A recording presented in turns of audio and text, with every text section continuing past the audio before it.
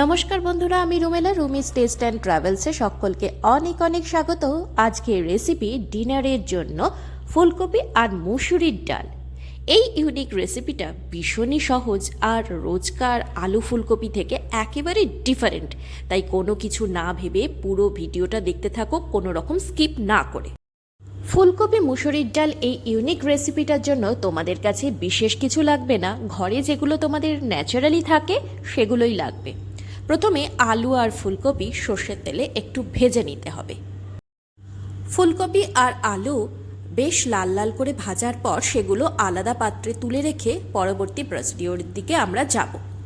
যেহেতু মুসুরির ডাল এর মধ্যে থাকছে, তাই আলাদা করে এই তরকারির জন্য তোমাদের ডালও করতে হবে না ভাত খাওয়ার জন্য। এই রেসিপিটা তোমরা ভাত, পরোটা, রুটি যে কোনো কিছুর সঙ্গে খেতে পারো। আলু আর ফুলকপি আলাদা পাত্রে তুলে রাখার পরে ওই তেলেই পেঁয়াজ ভেজে নেব। পেঁয়াজগুলো বেশ লাল লাল ভাজা হয়ে যাবে, তারপরে আমরা আদা রসুন বাটা পেঁয়াজের মধ্যে দিয়ে ভালো করে কষাতে থাকবো। সম্পূর্ণ নিরামিষ রান্নাতে আমরা আদা বাটা দিয়ে থাকি, কিন্তু যদি কোনো ভেজ আইটেমকে একটু তাগড়াই বা একটু স্পাইসি, একটু অন্যরকম করতে যাই, তাহলে পেঁয়াজ আদা রসুন দিতেই হয়। পেঁয়াজের সঙ্গে আদা রসুন ভালো করে কষিয়ে নেওয়ার পরে টমেটো পিউরি দিয়ে দিতে হবে। আমি এখানে টমেটোটাকে মিক্সিতে পিউরি করে নিয়েছি। আপনারা যদি চান ছোট ছোট করে টমেটো কেটেও এর মধ্যে দিতে পারেন। আসলে টমেটো পিউরি দিলে টমেটো ভালো করে সেদ্ধ হয়ে যায়।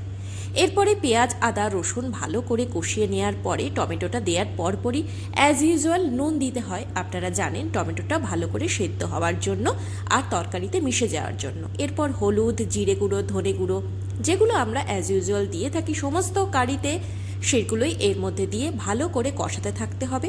দেখতেই পাচ্ছেন কালারটা বেশ চেঞ্জ হয়ে গেছে আর ওপর থেকে তেল ছেড়ে এসছে। ঠিক সেই মুহূর্তেই অল্প একটু জল দিয়ে দিতে হবে। আর কষানোর জন্য অবশ্যই জলটা কিন্তু কম দিতে হবে, এক্ষুনি কিন্তু বেশি জল দিলে চলবে না। আর ভেজে রাখা আলু আর ফুলকপি এর মধ্যে দিয়ে মশলার মধ্যে ভালো করে কষিয়ে নিতে হবে।